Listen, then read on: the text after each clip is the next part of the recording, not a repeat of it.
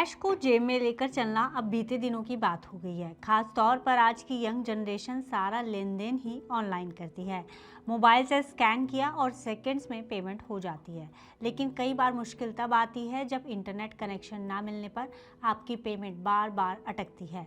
और ऐसा अक्सर ऐसी जगहों पर होता है जहाँ इंटरनेट कनेक्शन या तो होता ही नहीं या ना के बराबर होता है। लेकिन अब आपकी इस परेशानी का भी हल जल्दी आने वाला है, क्योंकि अब आप अपना फ़ोन टैप करके आसानी से पेमेंट कर सकेंगे। इसके लिए आपको किसी मोबाइल डेटा या इंटरनेट कनेक्टिविटी की भी ज़रूरत नहीं होगी, क्योंकि आरबीआई ने अपनी much awaited digital currency offline digital रुपए ई रुपी को ऑफिशियली लॉन्च कर दिया है, जिसका इस्तेमाल आप अब लेन देन के लिए कर पाएंगे, वो भी इंटरनेट के बिना। आइए जानते हैं कैसे ये करेंसी काम करेगी और इससे आपका लेन देन का एक्सपीरियंस कैसे बदलने वाला है। आरबीआई लंबे समय से सेंट्रल बैंक डिजिटल करेंसी यानी कि सीबीडीसी पर काम कर रही थी, और अब मुंबई में आयोजित ग्लोबल फिनटेक फेस्ट 2025 में आरबीआई ने अपनी ऑफलाइन डिजिटल करेंसी ई रुपी को भी लॉन्च कर दिया है। ये सुविधा खासतौर पर ग्रामीण और दूरदराज के इलाकों में भी ज़्यादा उपयोगी होगी, जहां इंटरनेट कनेक्टिविटी की कमी के बावजूद आसानी से डिजिटल पेमेंट की जा सकेगी। इससे पहले आगे बढ़ें, आपको बता दें कि आखिर ये डिजिटल रुपी क्या है और कैसे काम करेगा। डिजिटल रुपया या फिर ई रुपी आरबीआई की डिजिटल करेंसी है, जो असली रुपए का ही डिजिटल रूप होगी, जिसे अन्य पैसों की तरह ही आरबीआई जारी करेगा, जिसे बैंक द्वारा ऑथराइज डिजिटल वॉलेट यानी कि बैंक बैक्ड एप्स में ही रखा जा सकेगा।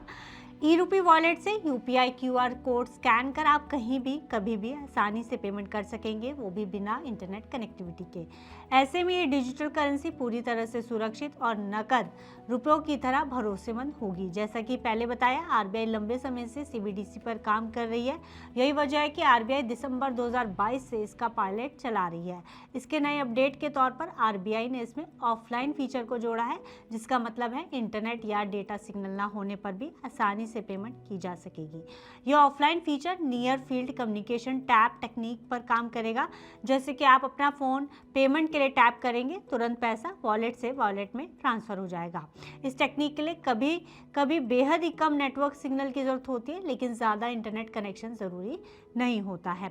फिलहाल देश के 15 बैंक इस रिटेल सीबीडीसी पायलट में शामिल हैं और डिजिटल करेंसी के लिए डिजिटल वॉलेट उपलब्ध करा रहे हैं।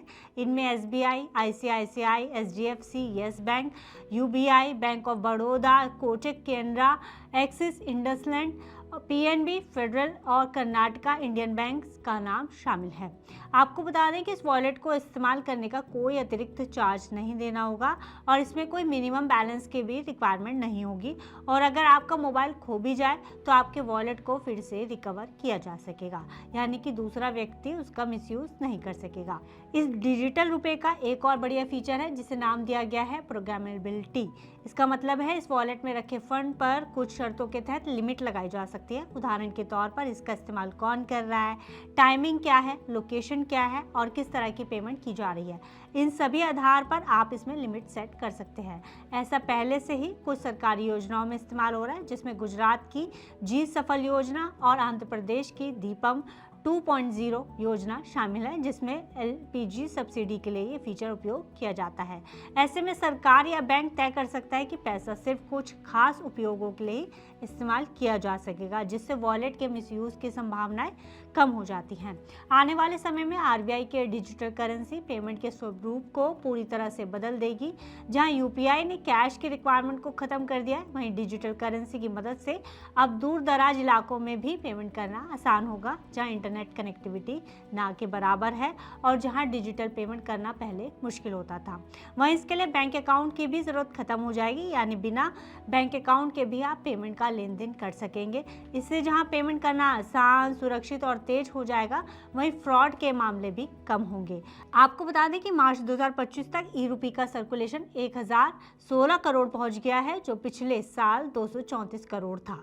यानी पिछले 2 सालों में ये लगभग 180 गुना बढ़ गया है, यानी करीब 70 लाख यूजर्स इस सीबीडीसी इकोसिस्टम का हिस्सा बन चुके हैं।